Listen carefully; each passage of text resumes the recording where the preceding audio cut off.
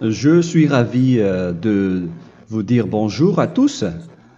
Nous sommes arrivés au moment où nous allons pouvoir avancer dans l'enseignement, c'est-à-dire avec la parole du Père Yava et de Yahushua. Nous allons suivre le numéro 16 de l'enseignement pour aujourd'hui. Donc nous sommes à nouveau arrivés au moment où nous allons pouvoir avancer avec l'enseignement qui porte le numéro 16 pour notre enseignement d'aujourd'hui. Et le titre de l'enseignement, c'est que vous devez être baptisé par Elia lorsque vous êtes convaincu. Et je vais continuer pour que vous soyez sauvés, pour que vous ne péchez plus. Justement, donc, vous devez être baptisé. Mais pourquoi devez-vous être baptisé? Pour quelle raison? Lorsque vous êtes vraiment convaincu, excusez-moi, la loi dit que il faut faire de toutes les nations des disciples et les baptiser après. Nous allons lire cette parole d'abord, qu'il faut faire de toutes les nations des disciples et les baptiser après, selon le livre de... Qui déjà? Marc. Attendez d'abord. Non, c'est Matthieu 28.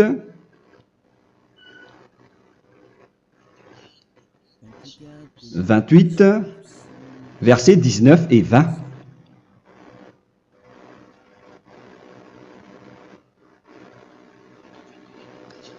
Matthieu 28, 19, 20.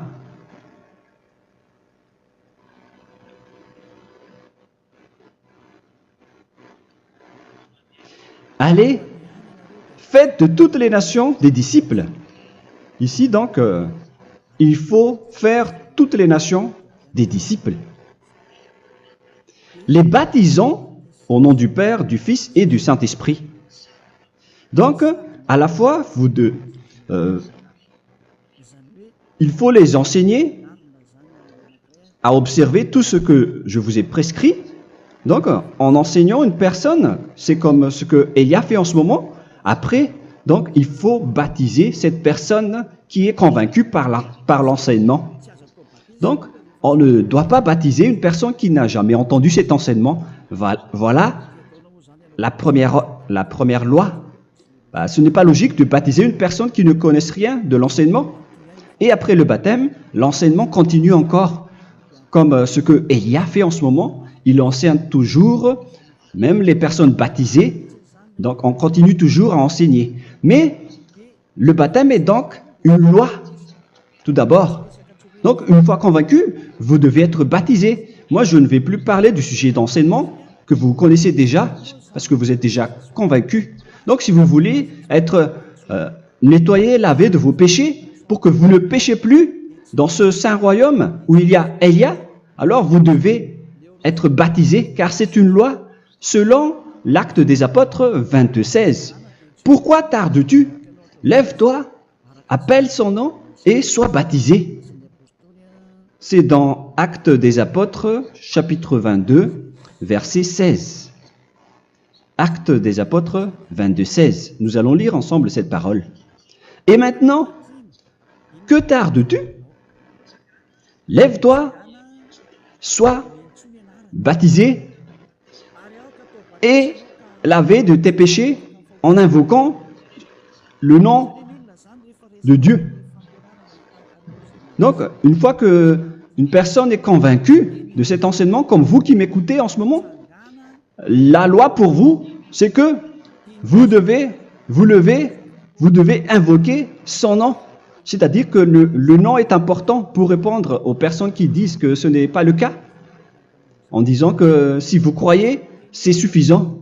Sachez que c'est un enseignement du diable pour ceux qui disent cela. Au contraire, il faut invoquer son nom, car c'est celui qui invoque le nom de Yahva qui sera sauvé. On vous a déjà enseigné cela. Donc, il faut que vous vous levez.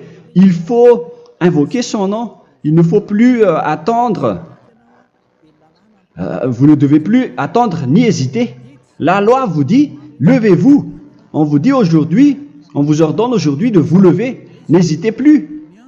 Et après, vous devez invoquer son nom en vous rapprochant du royaume de Yahushua, de l'église de Yahushua, d'appeler tous les responsables au téléphone, même pas au téléphone.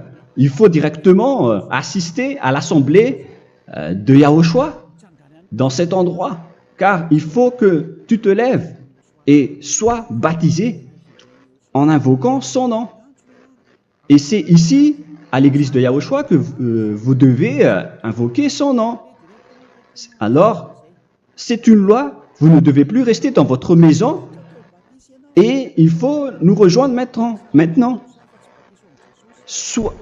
Soyez baptisés en Yahushua et non pas en Jésus, car les baptêmes que vous avez faits auparavant n'est pas le baptême en Yahushua. Donc, votre baptême n'est pas valable, n'existe pas du tout. Et votre baptême, au contraire, il est pire lorsque vous l'avez fait avec des autres dieux comme Jésus, car vous allez le revêtir jusqu'à votre mort. Car selon Galates 3, 27, vous revêtez le Dieu à qui vous êtes baptisé. Comme par exemple, si vous êtes baptisé en Yahushua, vous revêtez en Yahushua. Mais les fidèles de Jésus, ils revêtent Jésus. Alors que vous voyez bien que ce Dieu, c'est un faux Dieu qui n'ôte pas les péchés, qui vous jette en enfer et qui n'existe même pas. Parce que si jamais il existait, vous devez aussi être ôté de vos péchés. Mais ce n'est pas le cas. Vous revêtez un faux Dieu, un envoyé du diable. Pourquoi? Car tous ceux qui sont pécheurs viennent du diable. Nous allons donc lire la parole de Dieu à ce sujet dans Galates 3, 27 pour vous dire que c'est un faux baptême que vous avez fait. Donc si vous avez été baptisé en lui, alors vous allez être avec le diable jusqu'à la fin. C'est ce qui est pire avec votre baptême qu'il faut enlever et supprimer rapidement, car vous êtes avec le diable. Les pécheurs viennent du diable, et ce faux Dieu, il vous rend toujours pécheur, jusqu'à maintenant. Il vous encourage de rester pécheur, non méritant. Ça vient d'où? Ça vient de qui, ce faux Dieu-là? À ce sujet, il vient du diable, car les pécheurs viennent du diable. Ce faux Dieu qui n'existe même pas, ce n'est qu'un collaborateur du diable. C'est dans Galates 3, 27. Je vous donne la parole en vous disant qu'il faut fuir rapidement de cet endroit qui ne vous convient pas. Le dernier baptême, ce sera pour le 8 mars 2026 à Madagascar. Et après, il n'y aura plus de baptême ici. Galates 3, 27. Vous tous qui avez été baptisés en Yahushua, par exemple, alors vous avez revêtu Yahushua. Voilà la parole. Donc, si vous avez été baptisé en Jésus, alors vous revêtez Jésus. Comme avec votre dernier baptême, vous allez toujours revêtir celui-là. Et ce vêtement ne sera jamais ôté tant que vous ne vous rapprochez pas de Élia. C'est lui uniquement qui peut vous enlever de ce baptême, de ce Jésus qui vous rend pécheur. Un collaborateur du diable et qui vient du diable. C'est dans 1 Jean, pour vous dire, est-ce que vous pouvez toujours rester dans votre ancien baptême après tout ce schéma? 1 Jean, chapitre 3, verset 8. 1 Jean 3, 8. C'est où déjà? Celui qui pêche est du diable, car le diable pêche dès le commencement. Vous voyez? Et voilà ce qui est pire. C'est votre Dieu même qui vous rend pécheur et qui vous dit que vous devez être pécheur. C'est lui-même, à ce sujet-là, qui vient du diable. C'est vraiment pire ce schéma, car il s'agit d'un envoyé du diable, qui vient du diable.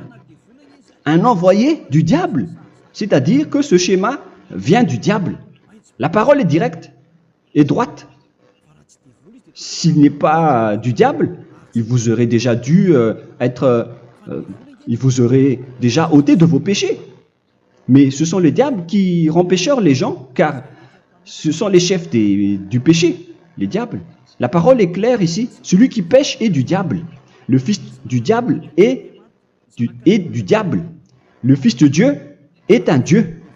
Le fils de l'homme est un homme. Et celui qui vient du diable est du diable comme lui. Lui, il vous a rendu pécheur pendant plus de 2000 ans. Il vous a jeté en enfer. C'est pourquoi on vous dit de quitter cet endroit et ce Jésus qui sera toujours collé à vous, à votre corps, qui est enterré dans votre peau.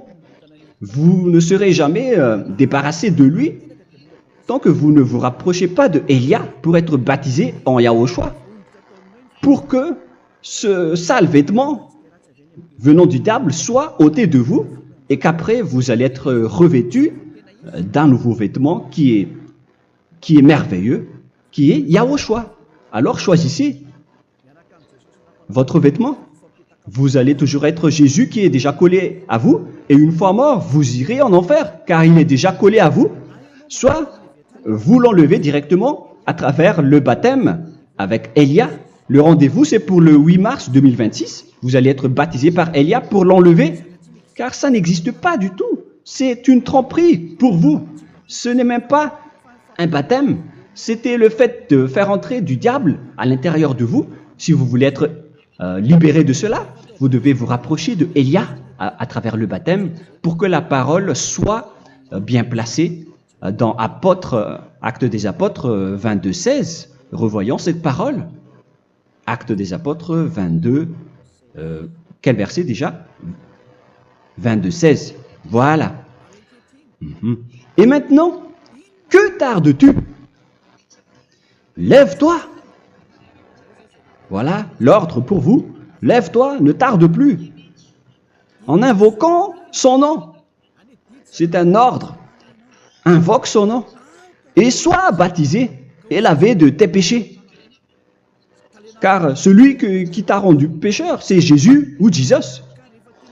Alors si tu ne veux plus pécher, alors enlève Jésus ou Jesus de toi avec le vêtement que tu as reçu lors de ton baptême avec lui. Il faut l'enlever, sinon tu ne seras jamais sauvé et épargné, car c'est déjà devenu un vêtement collé à ton corps. La seule solution pour toi, c'est de te rapprocher de Élia pour être ôté de tes péchés, car la loi est claire ici.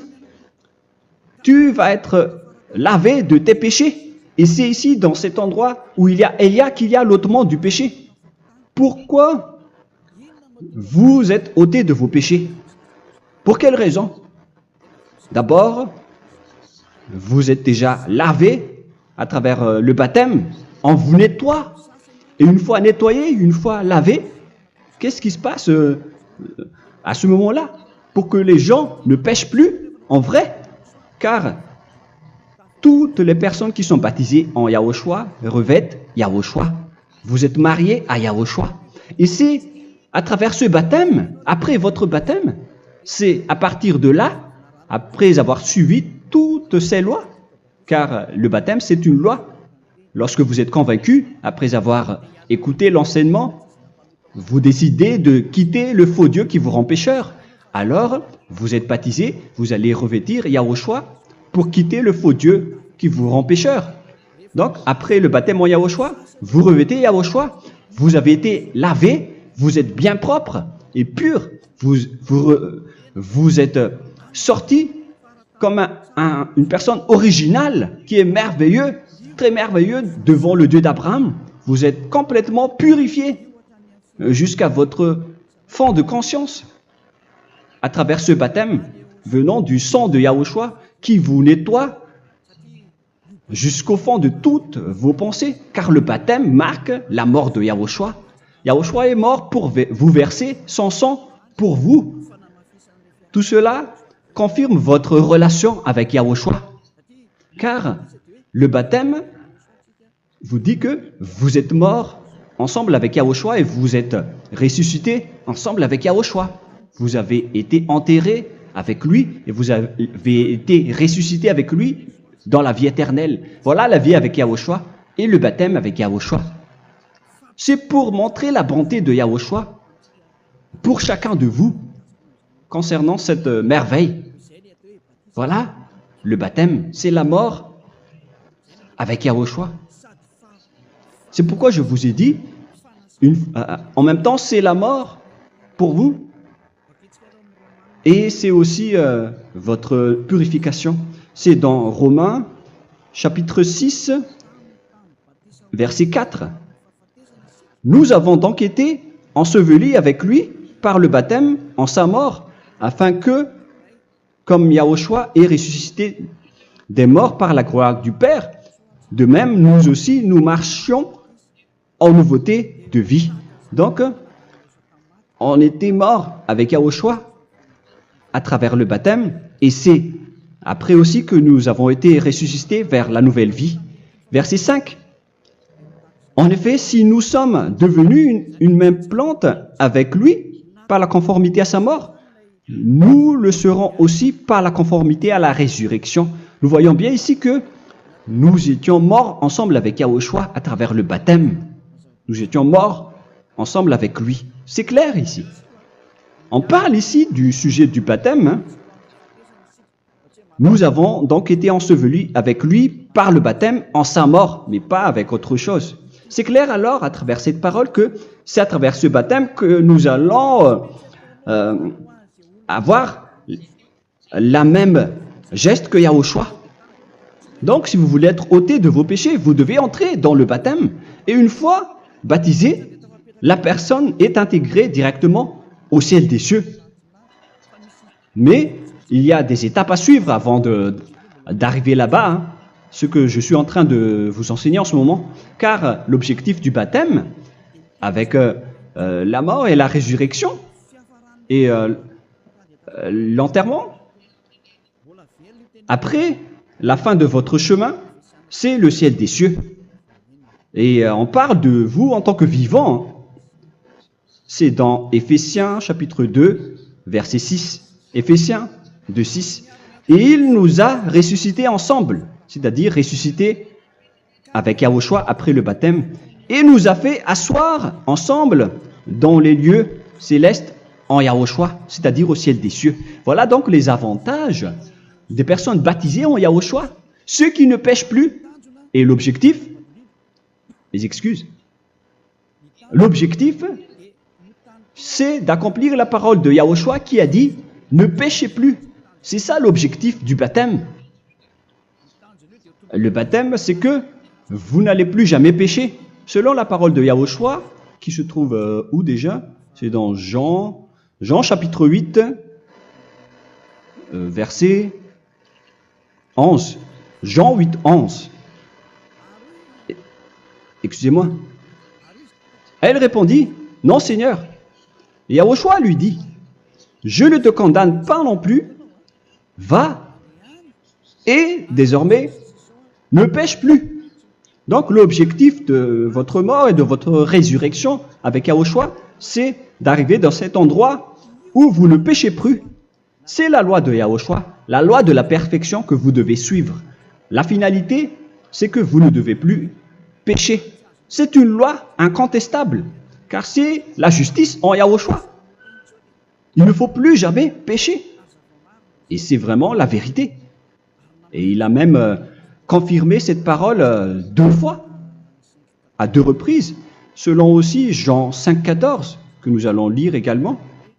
Il a répété cette parole 2 fois. Depuis, Yahushua le trouva dans le temple et lui dit, « Voici, tu as été guéri. Ne pêche plus. » Excusez-moi. Ne pêche plus, de peur qu'il ne t'arrive quelque chose de pire.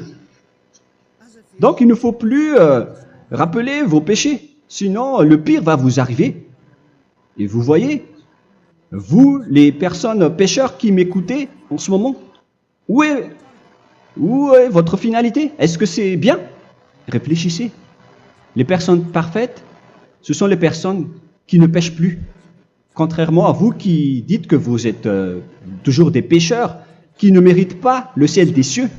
Vous l'avez dit par vous-même. Mais maintenant, Élia vous appelle. Vous allez mériter le ciel des cieux si vous vous repentez et si vous acceptez le baptême en Yahushua. Pourquoi? Pour quelle raison? Car vous n'allez plus jamais pécher. Par quel moyen?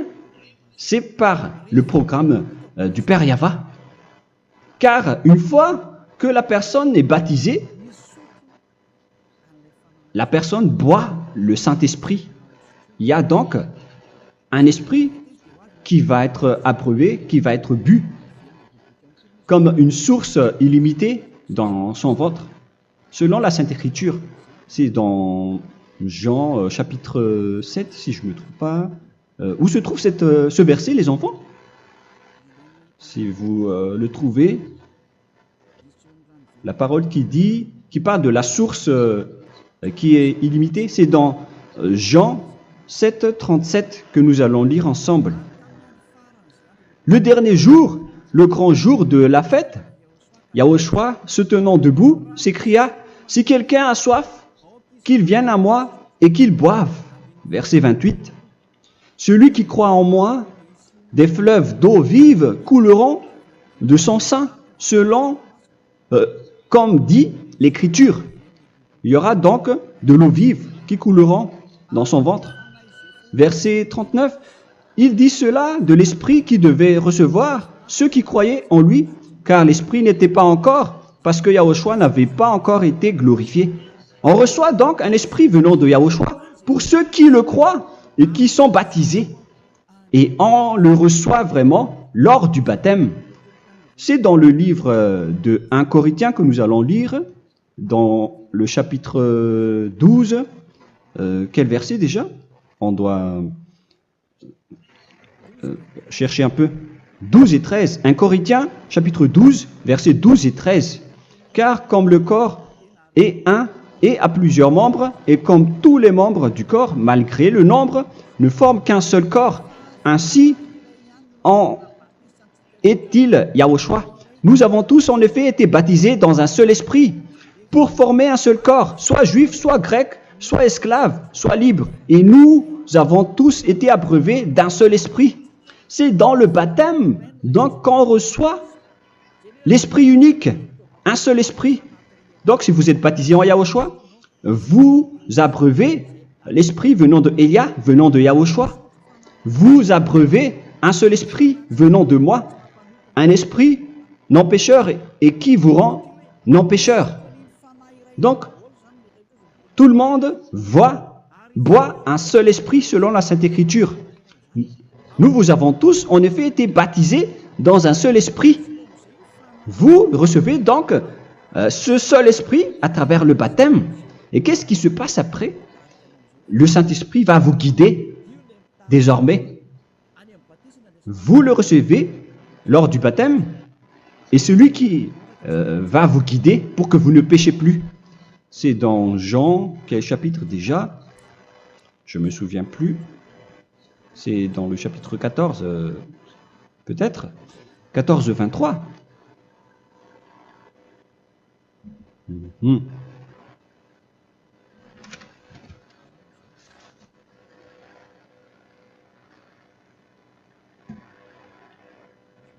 Où il est passé déjà?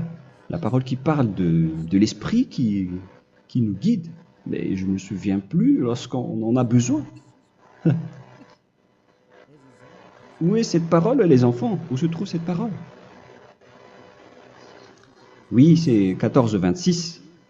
Jean chapitre 14, verset 26. Mais le consolateur, l'Esprit Saint, que le Père enverra en mon nom, vous enseignera toutes choses et vous rappellera tout ce que je vous ai dit. La parole de Dieu précise bien ici que le Saint-Esprit, qui est le consolateur, à la fois donc il est consolateur, il est envoyé par le Père en mon nom, il vous enseignera toutes choses et vous rappellera tout ce que je vous ai dit. C'est le Saint-Esprit donc qui vous enseigne, qui vous guide avec toutes les choses que vous avez besoin dans votre relation avec Yahushua. C'est lui qui est le vrai enseignant, le vrai guide, qui vous guide dans votre chemin. C'est dans Jean 16, 13, peut-être. C'est dans Jean 16, 13 que nous allons lire ensemble. quand le consolateur sera venu, l'Esprit de la vérité, il vous conduira dans toute la vérité. Il vous conduit, il vous guide, il vous enseigne en même temps. Et à quel moment vous allez faire du mal à ce moment-là? Car en tant que consolateur, il vous frappe, il vous gronde. Il vous gronde à travers votre esprit, à travers votre conscience. Et c'est vraiment dur. Hein. Vaut mieux être attrapé par un taureau que d'être attrapé par sa conscience. Donc c'est à travers votre conscience qu'il vous guide. Mais si vous ne voulez pas être consolé ni conseillé, si vous ne voulez pas être corrigé, vous revenez vers le mal, 7 fois plus de mal. C'est pourquoi les gens quittent Yahushua, car ils ne veulent pas être consolés et guidés par le Saint-Esprit venant de Yahushua. C'est pourquoi les gens quittent et abandonnent Yahushua, car ils veulent toujours continuer à faire du mal. Mais si une personne veut vraiment être avec Yahushua, avec son cœur, cette personne ne sait plus faire aucun mal. Il ne sait plus faire ça, car elle est déjà guidée par le Saint-Esprit. Quels sont alors les fruits du Saint-Esprit, le résultat du Saint-Esprit avec une personne? Mais le Saint-Esprit existe bien, ainsi que ses résultats. Voilà. Nous allons voir d'ailleurs les fruits du Saint-Esprit. C'est dans quel verset, les enfants? Je ne me souviens pas non plus. Je vais également donc la rechercher. Nous allons voir un peu les fruits du Saint-Esprit que je vais rechercher rapidement et rechercher un peu. Celui ou celle qui le voit en premier, vous me le dites directement la réponse.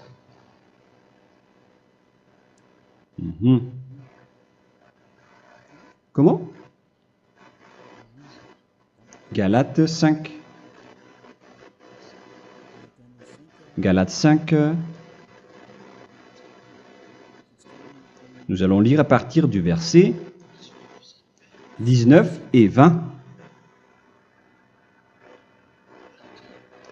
Non, on va commencer à partir du verset 22. Galates 5, 22. Mais le fruit de l'esprit, c'est l'amour, la joie, la paix, la patience, la bonté, la bénignité, la fidélité. Vous voyez, vous marchez dans la droiture et dans la vérité directement. La douceur, la tempérance, la loi n'est pas contre ces choses. Vous voyez, les gens ne vont plus dans le mauvais sens. Mais les gens qui n'ont pas le Saint-Esprit, voilà ce qu'ils font. Dans le verset 19 et 20. Or, les œuvres de la chair sont manifestes avec les personnes qui n'ont pas le Saint-Esprit, qui sont guidées par la chair. Ce sont l'impudicité, l'impureté, la dissolution, l'idolâtrie. Vous avez tous fait cela.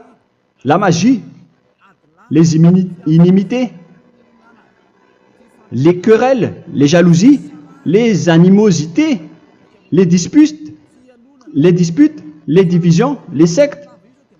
Verset 21, l'envie, l'ivrognerie, vous qui êtes ivrognes, qui fréquentez les boîtes de nuit, qui dites toutes sortes de gros mots, les excès de table.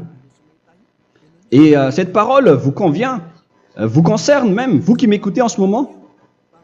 Et je vous dis, comme je vous ai déjà dit autrement, celui qui fait cela n'héritera pas le royaume de Dieu, c'est-à-dire vous n'entrerez pas au ciel des cieux.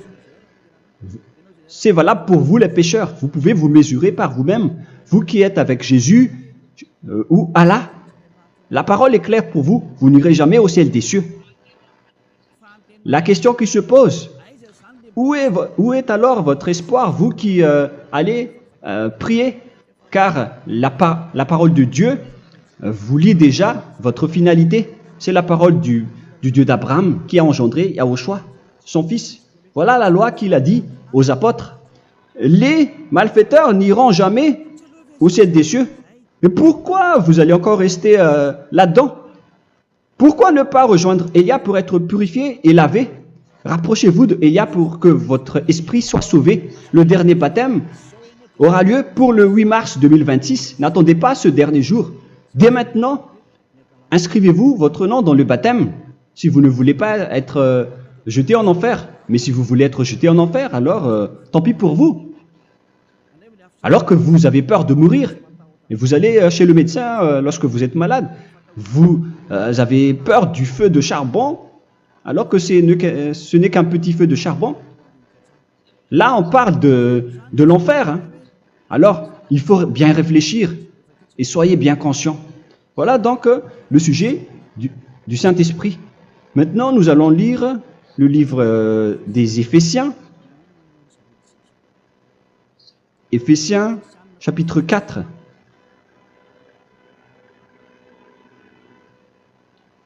À partir de quel verset?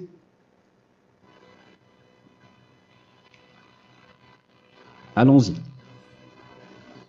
Je dois relire un peu car il y a plusieurs paroles ici. Moi, je vais vous sortir la parole qui dit que les personnes en Yahushua ne font plus aucun mal. Ah, où il est passé déjà? Ah, je l'ai perdu. Attendez d'abord.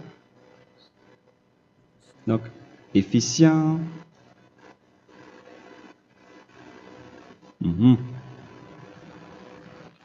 C'est dans le chapitre 5, on dirait. Et nous allons voir tranquillement. Mais nous allons voir dans Galates 5,16 d'abord. Je dis donc, marchez selon l'esprit et vous n'accomplirez plus les désirs de la chair. C'est-à-dire donc que vous devez être baptisé, car sans le baptême, vous n'aurez jamais le Saint-Esprit. Verset 17. Car la chair a des désirs contraires à ceux de l'esprit, et l'esprit en a des contraires à ceux de la chair. Ils sont opposés entre eux, afin que vous ne fassiez point ce que vous voudriez. L'esprit et la chair s'opposent toujours. Alors il faut suivre l'esprit maintenant pour aller au ciel des cieux. Et voilà donc la suite de la parole. Éphésiens 4:21. Si du moins vous l'avez entendu, et si vous, conformément à la vérité qui en est en Yahushua, c'est en lui que vous avez été instruits à vous dépouiller, eu égard à votre passé, du vieil homme qui se corrompt par les convoitises trompeuses, à être renouvelé dans l'esprit. Donc l'esprit travaille et va dans votre conscience et dans votre intelligence et à revêtir l'homme nouveau créé selon Dieu dans une justice et une sainteté qui produit la vérité. Le Saint-Esprit donc vous rend droit pour que vous ne soyez pas dans le mauvais chemin et il vous guide dans la justice et dans la vérité. Voilà directement pour les personnes en Yahushua. Et c'est quoi la suite? C'est pourquoi renoncer au mensonge. Il ne faut plus mentir. Même dans les 10 commandements, ils ont dit ne mentez pas. Mais c'est juste une parole. Mais les gens, lorsqu'ils sont pressés, ils font des mensonges. Mais pour les gens en Yahushua, ils renoncent directement au mensonge. Et que chacun de vous parle selon la vérité à son prochain. Car nous sommes des membres. Nous sommes membres les uns des autres. Si vous vous mettez en colère, ne péchez point. Que le soleil ne se couche pas sur votre colère. Voilà toutes les lois de Yahushua qui sont guidées, qui sont ordonnées par le Saint-Esprit. Alors, ne donnez pas accès au diable. Ne mettez pas le mal dans tous vos chemins. Il faut rester sainte, vraie et parfaite. Que celui qui dérobait ne dérobe plus. Il ne faut plus donc dérober les choses. Et il ne faut plus donc voler quelque chose. Mais quelle est la parole du Père Yahweh et de Yahushua? Mais plutôt qu'il travaille en faisant de ses mains ce qui est bien pour avoir de quoi donner à celui qui est dans le besoin. Qu'il ne sorte de votre bouche aucune parole mauvaise, mais s'il y a lieu, quelques bonnes paroles qui servent à l'édification et communiquent une grâce à ceux qui l'étendent. N'attristez pas le Saint-Esprit de Dieu par laquelle vous devez être scellés pour le jour de la rédemption. Il faut toujours laisser le Saint-Esprit vous guider, ne l'attristez pas, sinon vous n'allez pas avoir la selle. À la fin des temps, à l'époque de Gog, on va vous donner le Saint-Esprit pour que vous soyez scellés. Donc c'est maintenant que vous devez déjà rendre content Yahushua. Ne laissez pas de mauvaises traces dans votre chemin et ramenez l'amour de Yahushua vers chacun de vous pour que vous soyez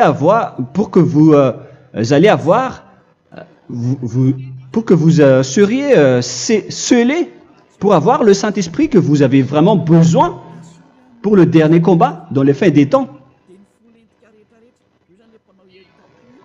Que toute amertume et toute animosité, toute colère, toute clameur, toute calomnie, il ne faut pas retenir et garder la colère. Toute calmeur, toute calomnie et toute espèce de méchanceté, tout ce qui est rancune, ni rancœur. Il faut arrêter tout cela. Mais c'est différent de gronder une personne. On parle ici des personnes qui est en colère sans raison. Mais lorsque vous grondez, vous n'allez pas dire à votre enfant « Mon enfant, ne faites pas ceci, ne faites pas cela ». Au contraire, si vous faites cela, votre enfant va danser devant vous. Donc, voilà ce que je veux vous dire. Il faut que vous enlevez toute calomnie et toute espèce de méchanceté. Voilà donc les lois de Yahushua qui sont sorties à travers le Saint-Esprit. Moi, je vous donne des échantillons, mais ce n'est pas au complet. Hein.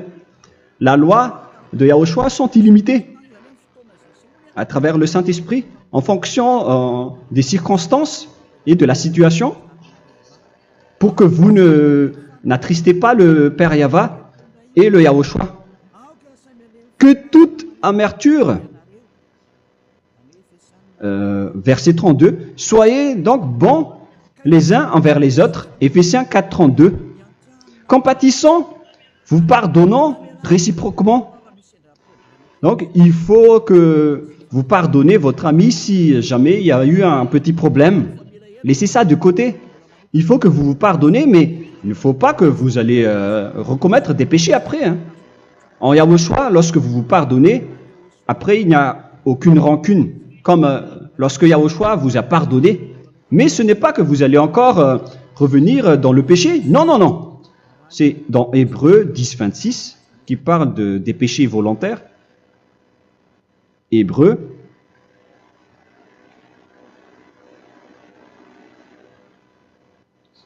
Hébreux chapitre 10. C'est bien ça, hein? Pour ceux qui s'en souviennent. Voilà, versets 26 et 27. Hébreux 10, 26, 27. Car si nous péchons volontairement, après avoir reçu la connaissance de la vérité, c'est-à-dire une personne baptisée en Yahushua, qui a été sanctifiée, rendue sainte,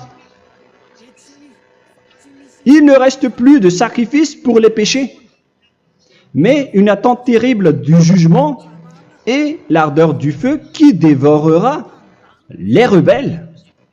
Donc, vous qui parlez que vous devez toujours commettre des péchés, voilà ce qui vous attend, parce que vous péchez volontairement.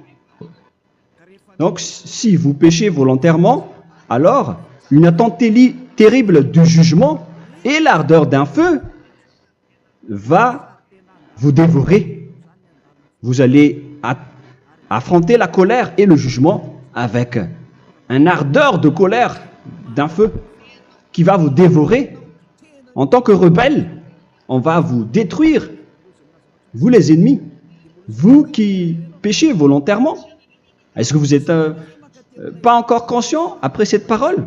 Vaut mieux être baptisé en Yahushua avec Elia, et après vous n'allez plus jamais pécher. Alors à vous de réfléchir, car on vous a trompé auparavant jusqu'à maintenant. On va revenir à la parole de tout à l'heure.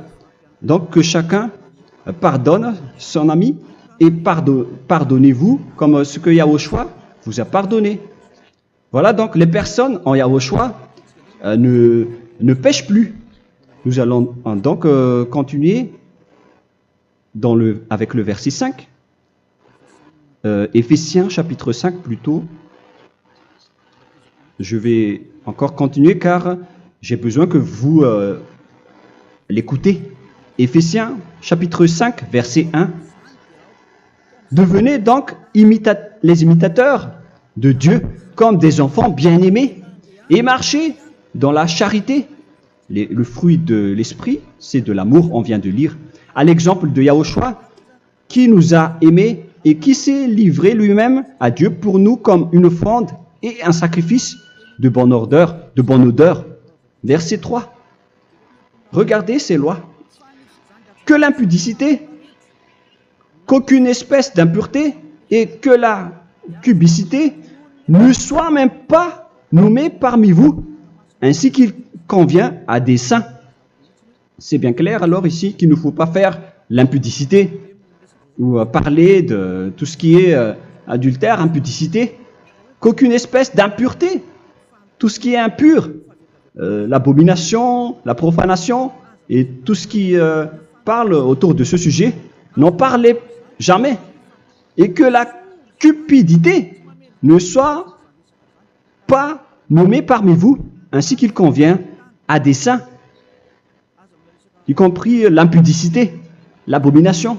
Même juste en parler, ce n'est pas autorisé. Vous voyez que c'est vraiment différent. Lorsqu'on est en Yahushua,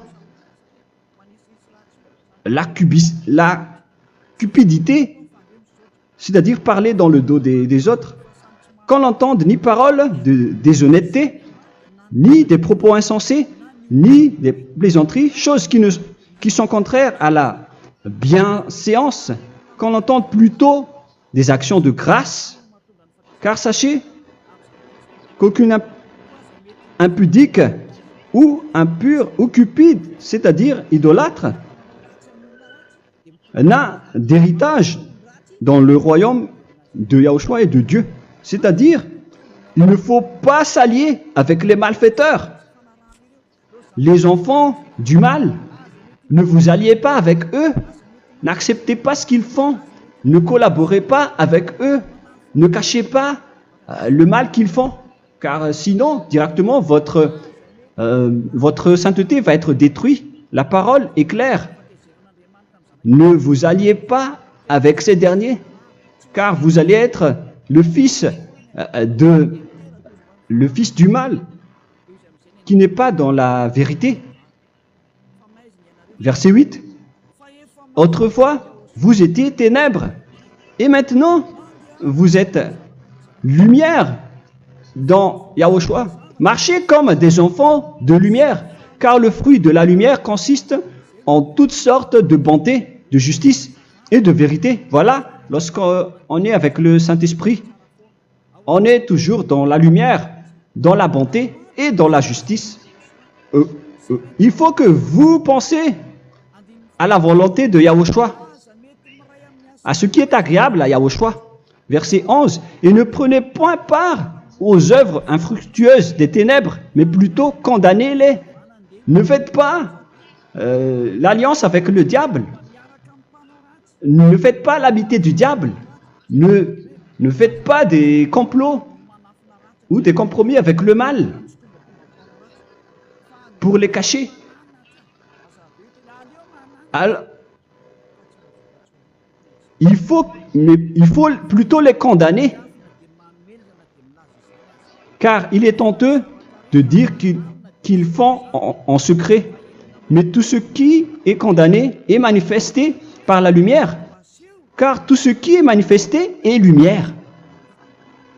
C'est pourquoi il y a la comparaison dans le Nouveau Testament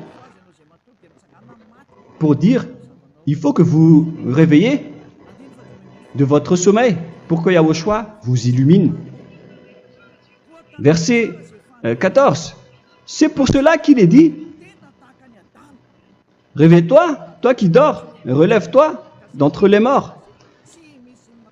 Prenez donc garde de vous conduire avec circonspection.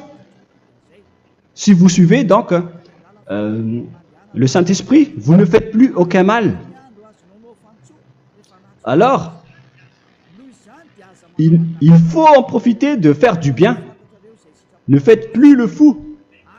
Et connaissez la volonté de Yahushua. Ne vous enivrez pas de vin. Ce n'est plus bien de faire cela. C'est de la débauche. Soyez au contraire l'empris de l'esprit. Entraînez-vous par des psaumes et des hymnes et par des cantiques spirituels, chantant et célébrant tout votre cœur les louanges de Yahushua. Rendez continuellement grâce à toutes choses à Dieu Père au nom de notre Seigneur Yahushua. Voilà, c'est suffisant. Je viens de vous donner les lois de la Nouvelle Alliance qui n'est pas du tout associée aux 10 commandements. Ça n'a rien à voir avec les 10 commandements. Si vous avez bien écouté, j'ai dit des choses complètement différentes qui ne se trouvent pas dans les 10 commandements. Notamment le baptême, ça n'existe pas là-bas. Et donc, c'est après le baptême que vous allez abreuver le Saint-Esprit et après vous n'allez plus faire aucun mal. Nous remercions infiniment Yahushua à travers cette parole. Je suis sûr que vous êtes contents pour aller dans cet endroit où personne ne pêche plus. Alors approchez-vous de Élia, qui est l'envoyé du Père Yahva et de Yahushua. Une fois que vous suivez Élia, vous n'allez plus jamais pécher, car vous allez être avec Yahushua. C'est seulement dans ce saint royaume où il y a Ziadia Elia qu'il y a des personnes qui ne pêchent plus sur cette planète Terre. Mais les autres ne sont que des pécheurs et il y a même des voleurs et des imposteurs. Je vous souhaite le meilleur pour que vous allez inscrire votre nom dans le baptême. Inscrivez votre nom car le temps presse, le moment est proche. Il ne reste plus que environ 170 jours. Bientôt, nous allons entrer dans les 160 derniers jours, et après 150, et après 100. Il ne restera plus que 100 jours. Alors, faites le maximum d'efforts. N'attendez pas le dernier moment pour inscrire votre nom. Parce que si vous mourrez avant, qu'est-ce qui va vous arriver? Vous ne savez rien de ce qui va vous arriver avec votre esprit. C'est le diable qui vous encourage à faire du mal. Il ne veut pas que votre esprit soit sauvé, mais moi je vous dis, sauvez votre âme, n'acceptez plus. Suivez Yahushua à travers Élia qu'il a envoyé parmi vous. On m'a envoyé pour vous sauver. Alors, rapprochez-vous de lui maintenant. N'ayez plus peur de personne. Sauvez votre esprit, car les humains sont comme vous. Ils ne vous sauvent pas, ils ne peuvent pas vous sauver. Mais sachez que votre esprit va être jugé. Et sachez aussi que vous ne pouvez pas vous battre avec le Dieu d'Abraham. Alors sauvez votre esprit, rapprochez-vous de Élia, nous irons en Yahushua, car c'est à travers moi que vous pouvez l'approcher. Prions ensemble. Merci infiniment Père Yahva pour toutes ces paroles. C'est vraiment du salut, de la miséricorde et de la vie éternelle. Faites en sorte que les gens connaissent cette vraie parole que je suis en train de leur donner, car c'est de l'amour et c'est du salut pour eux. Sauve-les, Père Yahva, pour qu'ils soient conscients de la vérité.